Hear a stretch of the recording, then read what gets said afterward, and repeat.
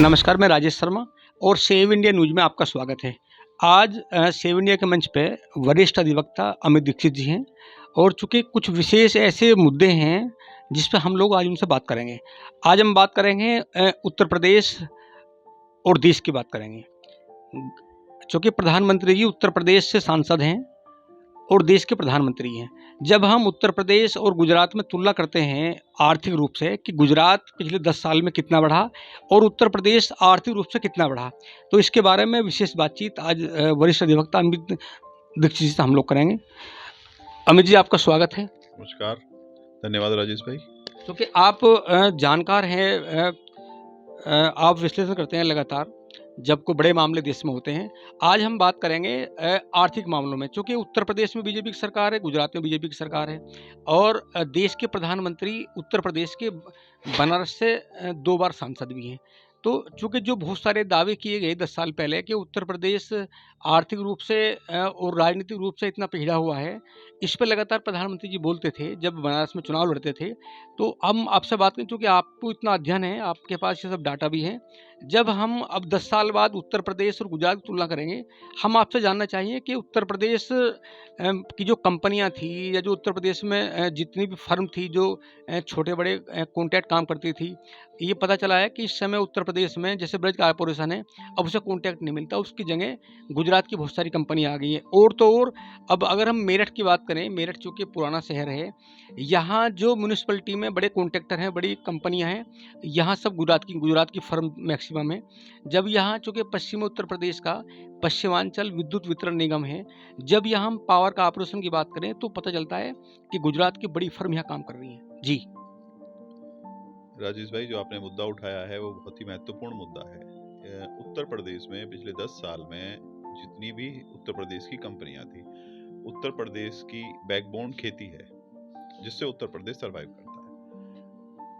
उत्तर प्रदेश की खेती के लिए इस्तेमाल होने वाले फर्टिलाइजर्स यूरिया और डीएपी दोनों उत्तर प्रदेश में या आसपास के राज्यों से बनता था और वो सप्लाई होता था। अब सारा का सारा यूरिया और डीएपी चाइना से बन के एक गुजरात की कंपनी इंपोर्ट करती है और इंपोर्ट करने के बाद वो सारा का सारा सप्लाई पूरे हिंदुस्तान में होता है, जिस पे बहुत सारा टैक्स लग गया है और टैक्स लगने के बाद किसान को वो महंगा मिल रहा है।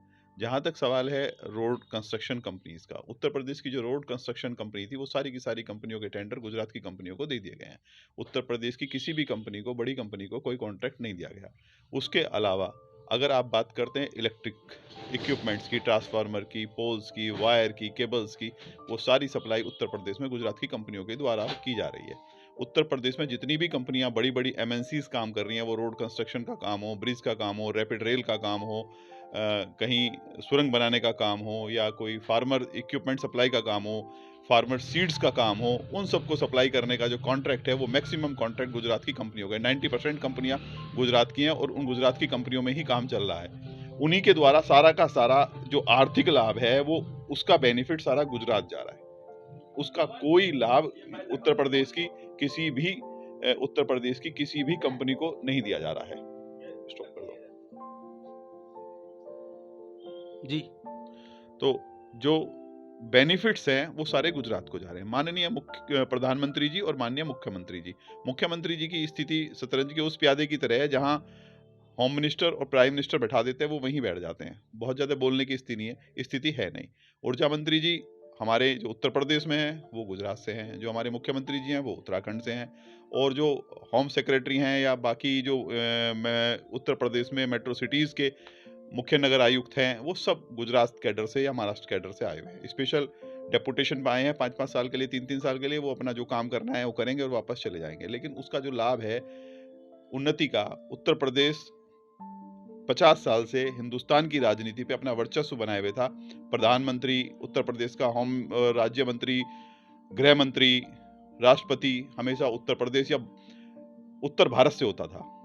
अब विचारधारा के हिसाब से आर्थिकीकरण की मजबूताई की वजह से सारा का सारा गुजरातीकरण हो गया और सभी महत्वपूर्ण पद गुजरात वालों की इच्छा पर निर्भर करता है। लगातार ये चूँकि उत्तर प्रदेश बड़ा स्टेट है और उत्तर प्रदेश ही ऐसा स्टेट है जहाँ से प्रधानमंत्री पद का रास्ता जाता है और ये उम्मीद है पूरे देश को, चूँकि प्रधानमंत्री चुनाव भी उत्तर प्रदेश से लड़े हैं, कि उत्तर प्रदेश आर्थिक रूप से उभरेगा। जैसा कि अभी आपने बताया एकदम उल्टे हालात हैं।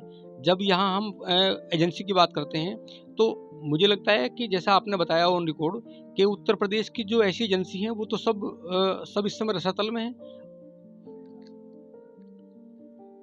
उत्तर प्रदेश का जो सबसे महत्वपूर्ण बिंदु है, जो इस समय भारत सरकार में जो भारतीय जनता पार्टी है, उसने एक होमवर्क ये किया कि उत्तर प्रदेश में जो पॉपुलेशन है वो 55 और 35 के रेशो में है। 35 इस्लाम के फॉलोवर हैं और 60% वो हिंदू फॉलोवर हैं। 1-2% और लोग भी हैं, सिख भी हैं, जैन भी हैं और सभी लोग हैं। माननीय प्रधानमंत्री जी क्योंकि राजनीति के महारथी हैं, तो उन्होंने बहुत सूझबूझ के साथ जनता की राय एकत्रित करके हिंदू मुस्लिम के नाम पे उत्तर प्रदेश में बनारस मंदिर, राम मंदिर, मथुरा मंदिर, फिर 1-2 और चीज़ ढूंढ लेंगे ये लोग, और उसके आधार पे जनता के दिमाग में धार्मिकीकरण कर दिया। और उस धार्मिकीकरण का लाभ ये है कि पूरे हिंदुस्तान के किसी भी स्टेट में, इंक्लूडिंग गुजरात में कृष्ण भगवान की कर्मस्थली है और बहुत सारे सोमनाथ जी का मंदिर है, किसी पे कोई कंस्ट्रक्शन का काम नहीं करा। महाराष्ट्र में कोई कंस्ट्रक्शन का मंदिर का काम नहीं है। महाराणा प्रताप की जन्मभूमि पे कोई काम नहीं किया, काफ़ी लंबे से सरकार रही। उत्तराखंड में बहुत सारे टेम्पल्स हैं जिस पे काम नहीं किया। उनका पर्पस, उनका उद्देश्य उत्तर प्रदेश में धार्मिक उन्माद में यहाँ की जनता को व्यस्त करना और धार्मिक उन्माद में कार्य विमुख करके सिर्फ धर्म के नाम पे नारे लगवाने में उन्हें व्यस्त कर दिया। अगर उत्तर प्रदेश के रोजगार कार्यालय बंद नहीं होते तो इस समय का आंकड़ा लगभग 7 से 10 करोड़ युवा बेरोजगारों का आंकड़ा होता। मंदिर निर्माण कर रहे हैं, ये बताया गया है कि मंदिर निर्माण में जो एजेंसियां काम कर रही हैं वो सब एजेंसी गुजरात की हैं।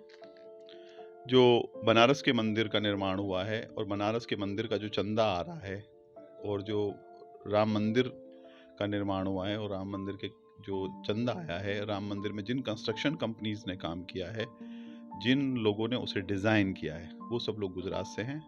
और प्रधानमंत्री जी की जब माननीय मुख्यमंत्री हुआ करते थे गुजरात के, तब से इनकी टीम में काम कर रहे हैं। वही सारी टीम्स आई हैं। उत्तर प्रदेश की किसी भी कंपनी को, राष्ट्रीयकृत कंपनी को, जो उत्तर प्रदेश से नेशनल अवार्ड, भारत से सरकार से नेशनल अवार्ड मिली हुई कंपनियां थी कंस्ट्रक्शन में, उन्हें किसी को कोई कॉन्ट्रैक्ट नहीं दिया गया। कॉन्ट्रैक्ट गुजरात वालों को दिया गया और गुजरात वाले ही सारे वहाँ पर लेबर में काम कर रहे हैं। सबसे इम्पॉर्टेंट बात यह है कि जो दिल्ली से मेरठ की रैपिड ट्रेन आ रही है, उस रैपिड ट्रेन के सारे कॉन्ट्रैक्ट गुजरातियों की, और जो जितनी लेबर आई है वो सब गुजरात की है। यूपी का उसमें कोई लेबर का कर्मचारी या ऑफिसर्स नहीं है। आपका बहुत बहुत धन्यवाद। आपने बहुत शानदार बात बताई, बहुत अच्छी बातें बताई। जो यहाँ का नौजवान है उत्तर प्रदेश का, जो इस भ्रम में था, अपने आप को बड़ा गर्वान्वित महसूस करता था कि हम उस स्टेट के रहने वाले हैं जिस स्टेट से हमारे देश के प्रधानमंत्री सांसद हैं। अभी टोटल जो बातें आपने बताई, हालांकि प्रदेश के नौजवानों को जहाँ वो एक तरफ आध्यात्मिक बात करते हैं, उन्हें आर्थिक मसलों पे भी डिस्कस करना चाहिए। आपका बहुत बहुत धन्यवाद, बहुत बहुत साधुवाद। मेरा तमाम साथियों से अनुरोध है, प्लीज़ एक बार चैनल को सब्सक्राइब जरूर करें। धन्यवाद।